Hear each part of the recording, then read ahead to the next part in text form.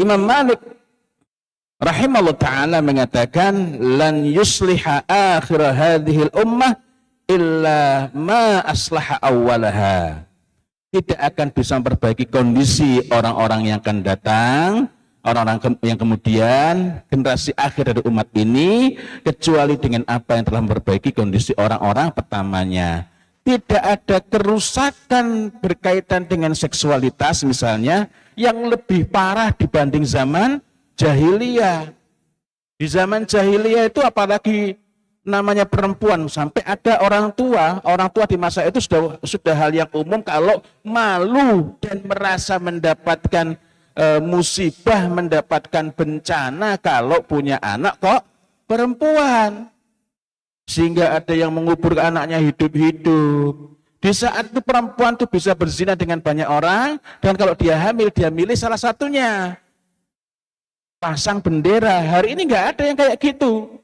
Artinya keadaan di zaman jahiliyah lebih parah, pelecehan seksualnya lebih parah dibanding zaman ini.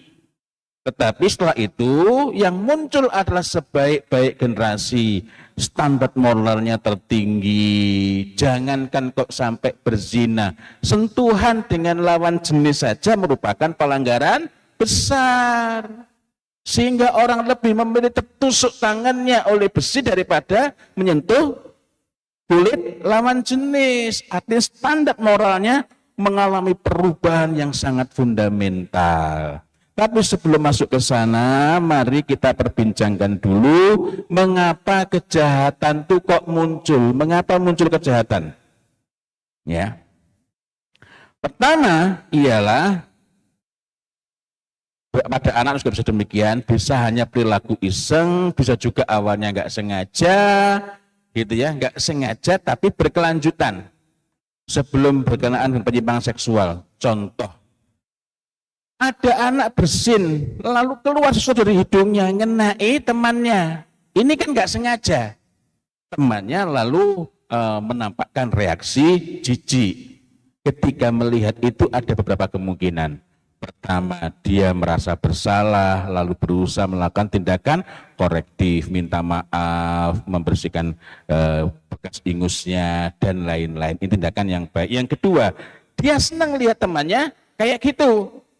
Tapi dia nggak bermaksud untuk secara sengaja menyakiti, sehingga berikutnya dia suka iseng, pura-pura bersin, tapi tidak sampai kepada level memang ingin mencelakakan. Dia hanya senang lihat reaksinya. Yang ketiga, melihat itu dia senang, lalu memang berusaha untuk menyakiti, niatnya menyakiti. Yang kedua tadi kalau berlanjut, akhirnya arahnya kepada penyimpangan. Sementara yang ketiga tadi kalau berlanjut tanpa ada penanganan, maka itu akan cenderung mengarah kepada kejahatan. Itu sebabnya sangat aneh, dan inilah salah satu sumber bencana kita sekarang ini, karena menganggap tidak ada anak yang nakal. Lo buat apa itu misalnya Lawrence Kohlberg? Itu bikin riset-riset. Ini seorang profesor di Birmingham, melakukan serangkaian riset tentang kenakalan pada anak. Di rumah saya ada literatur-literatur berkenaan dengan kenakalan pada anak level playgroup TK. Itu ada literatur dan ada risetnya secara khusus. Level SD, level SLTP, level SLTA. Kenakalan itu kalau tidak ditangani karena dianggap biasa, namanya juga anak-anak. Apalagi kalau kita sampai gagal berpikir. Nakal atau tidak itu soal persepsi. Nah itu kan gagal berpikir. Karena kejahatan itu tidak dapat diganti dengan kata-kata yang indah. Kata-kata hanya mengganti judulnya, hakikatnya tetap kejahatan. Kerusakan sekarang ini antara lain banyak disebabkan oleh hoax, oleh syubhat, bahwa semua seolah-olah hanya soal persepsi. Sehingga nggak ada anak nakal itu. Kalau kita berpikir mereka nakal, mereka akan nakal. Bukan. Tindakan itu harus terukur. Ya? Tindakan harus terukur. Kalau ada konsumen komplain, kita nggak bisa mengatakan, ya itu kan bentuk sayangnya. Bukan. Komplain boleh jadi bukan bentuk sayang, memang jengkel itu kan.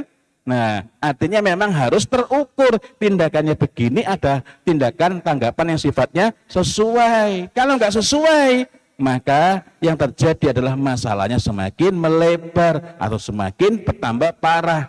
Dalam bahasa riset disebut kualitas kejahatannya meningkat. Nah, tapi kalau kualitas kan jadi kayak seolah-olah tambah baik kan, semakin berkualitas. Padahal kalau pakai bahasa sederhana adalah kejahatannya semakin parah. Nah, ada kenakalan serius, delinkuensi, dan ada lagi di atasnya lagi ialah kejahatan. Negara dengan tingkat kejahatan siswa tertinggi di dunia namanya Amerika Serikat.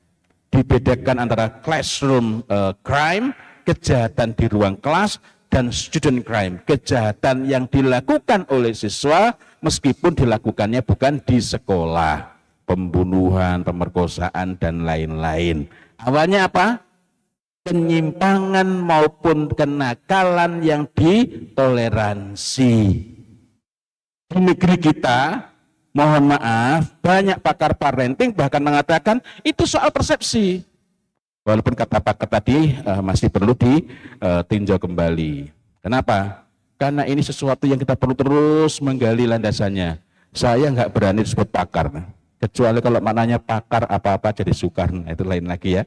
Nah, jadi pada awalnya boleh jadi itu perilaku iseng ke arah penyimpangan yang dilakukan. Sehingga akhirnya benar-benar menjadi penyimpangan dan atau kejahatan.